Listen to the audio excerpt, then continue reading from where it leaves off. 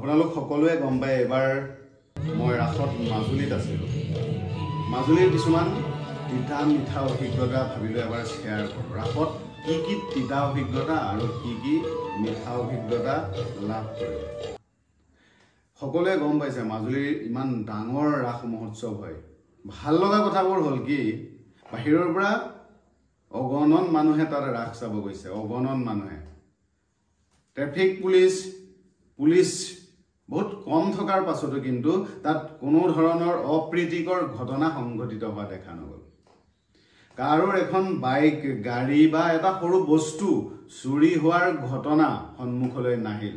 মানে তাত সকলো মানুহ সম্পূৰ্ণ নিৰাপদভাৱে সম্পূৰ্ণ ৰাতি ঘূৰি ঘূৰি ৰাস চাব পৰা সুন্দৰ পৰিৱেশ আছিল।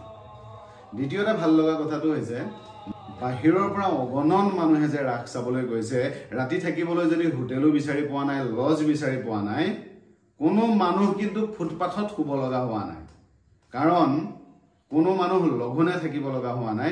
মাজুলীৰ যিকোনো মানুহৰ ঘৰলৈ যদি আপুনি অতিথি হিচাপে গৈছে, আপোনাক আদৰ সন্মানেৰে এসাঁজ ভাত খুৱাইছে। আৰু তৃতীয়তে মোৰ ভাল লগা কথাটো হ'ল ইমান ট্ৰেফিক পুলিচ কম থকাৰ পাছতো কিন্তু ক'তো ৰং ৰাস্তাৰে গৈ কোনো যান জঁটৰ ভিৰ লগোৱা নাই। সকলোৱে নীতি নিয়ম পালন কৰি গাড়ী বাইকবোৰ ৰাখিছে, যাৰ কাৰণে ৰাস মহোৎসৱ আৰু সুন্দৰ হৈ পৰিছে। ইয়াৰ লগে লগে কিন্তু মিঠাবোৰৰ লগত তিতা অভিজ্ঞতাও আছে।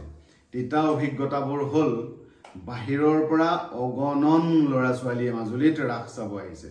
বিশেষকৈ সৰু সৰু ল'ৰাবোৰ, দেউতাকৰ মাকৰ মৰমৰ ল'ৰাবোৰে ইয়াত নিজৰ দামী বাইকখন স্পৰ্ট বাইকখন লৈ মাজুলীত ৰাস চাব আহিছে। তেওঁলোকে লগৰ বন্ধুৰ লগত বাইকবোৰ ইমানেই জোৰত ৰেচিং কৰিছে, ইমানেই ৰাতি ৰাতি সেই কুঁৱলীৰ মাজত গাড়ীবোৰ সাংঘাতিক স্পীডেৰে পাৰ হৈ গৈছে। আৰু বহু কেইটা ঘটনা ঘটিল মাজুলীত। মই জনাতে ৩-৪জন ডেকা ল'ৰাই জীৱন হেৰুৱাব লগা হ'ল। কিহৰ বাবে? অভাৰ স্পীডত গাড়ী চলোৱাৰ বাবে।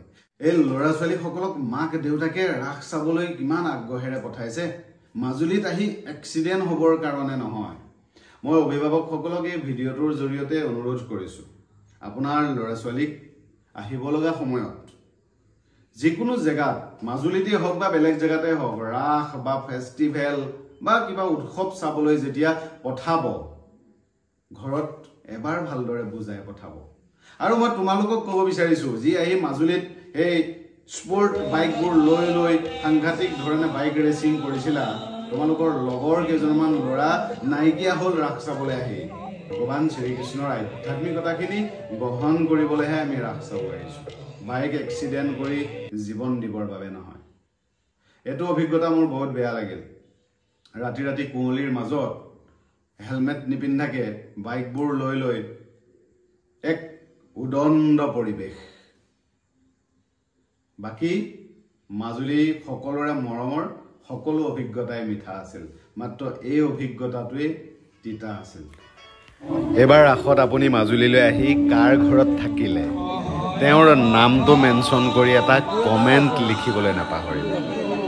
ইয়াৰ জৰিয়তে আপুনিও তেওঁক মনত পেলাব আৰু তেওঁ আপোনাক মনত পেলাব। সকলো ভালে থাকক।